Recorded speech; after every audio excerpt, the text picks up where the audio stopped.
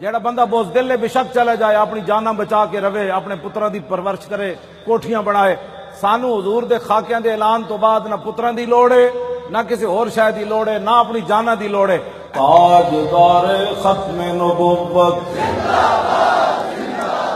زندہ باد بس کرو بڑی ہو گئی اب اس کے بعد کیا زندگی ہے امت کی مجھے یہ بتائیں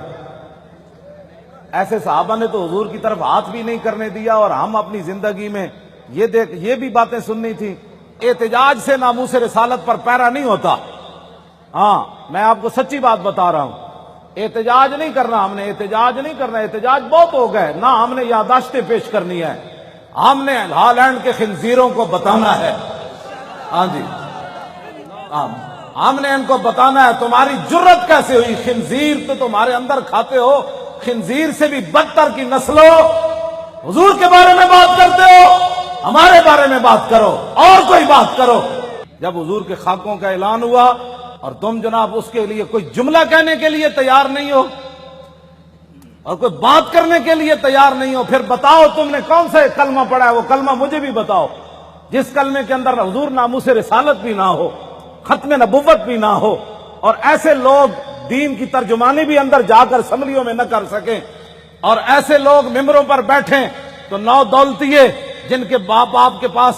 کھانے کے لیے روٹی نہیں تھی پاکستان بننے کے بعد امیر ہو گئے وہ مولویوں کو مسجد سے نکال رہے ہیں کہ مولانا آپ نے تحریک لبیک یا رسول اللہ کا ساتھ دیا میں کہا بچے ہاں مولانا نے لبیک کا ساتھ دیا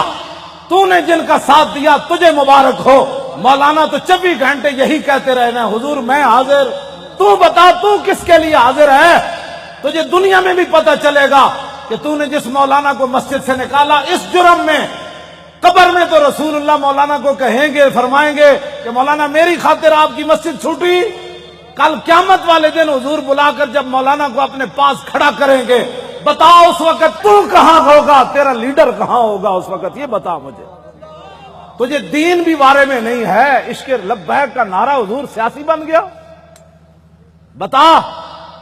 دنیا سے بدترین مشرک سے بھی جا کر پوچھ کہ وہ اپنے بت کے بارے میں کتنا مخلص ہے ہندو سے پوچھ وہ اپنی گائے کے بارے میں کتنا مخلص ہے یہودی سے پوچھ وہ اپنے مذہب کے بارے میں کتنا مخلص ہے عیسائی سے پوچھ کہ وہ اپنے مذہب کے بارے میں کتنا مخلص ہے تجھے اپنے نبی کے ساتھ اتنا بھی اخلاص نہیں ہے کہ ایک آدمی لبیک کا نعرہ لگاتا ہے اور تو کہتا ہے مولانا یہ سیاسی نعرہ ہے تو نے کلمہ کون سا پڑھا ہے مجھے بھی بتا جب حضور کی بات آ جائے تو جھلے کتے کو بھی سمجھ آ جاتی ہے جھلا کتا بھی کہتا ہے کہ اگرچہ تو نے اپنی جان بچانے کے لیے نبی کا نام استعمال کیا لیکن کیت نام تو چونکہ تو نے حضور کا لے لیا تو اس کے بعد میں تجھے کاٹتا نہیں ہوں میں جھلا ضرور ہوں لیکن جس نبی کا تو نے نام لیا میں اس نبی کو پہچانتا ہوں جھلے توجہ جھلے کتے جتنے بھی بندے کے اندر غیرت نہ ہو اب جب کتے وہ کافر نے کہا تھا کہ انی فی ذمت محمد جھلا کتا اس کو کاٹنے لگا تو اس نے کہا کہ میں تجھے حضور کا واسطہ دیتا ہوں اب تو نے مجھے کاٹنا ہے تو کتے نے آگے سے یہ نہیں کہا کہ تو نبی کا نام تو کافر ہے تو نبی کا نام استعمال کر رہا ہے اپنی جان بچانے کے لیے تھا کتا اور تھا بھی پاگل اور کہنے والا کافر تھا اپنی جان بچانے کے لیے حضور کا نام لے رہا تھا لیکن پاگل کتے نے جب حضور کا نام سنا فول القلب یادو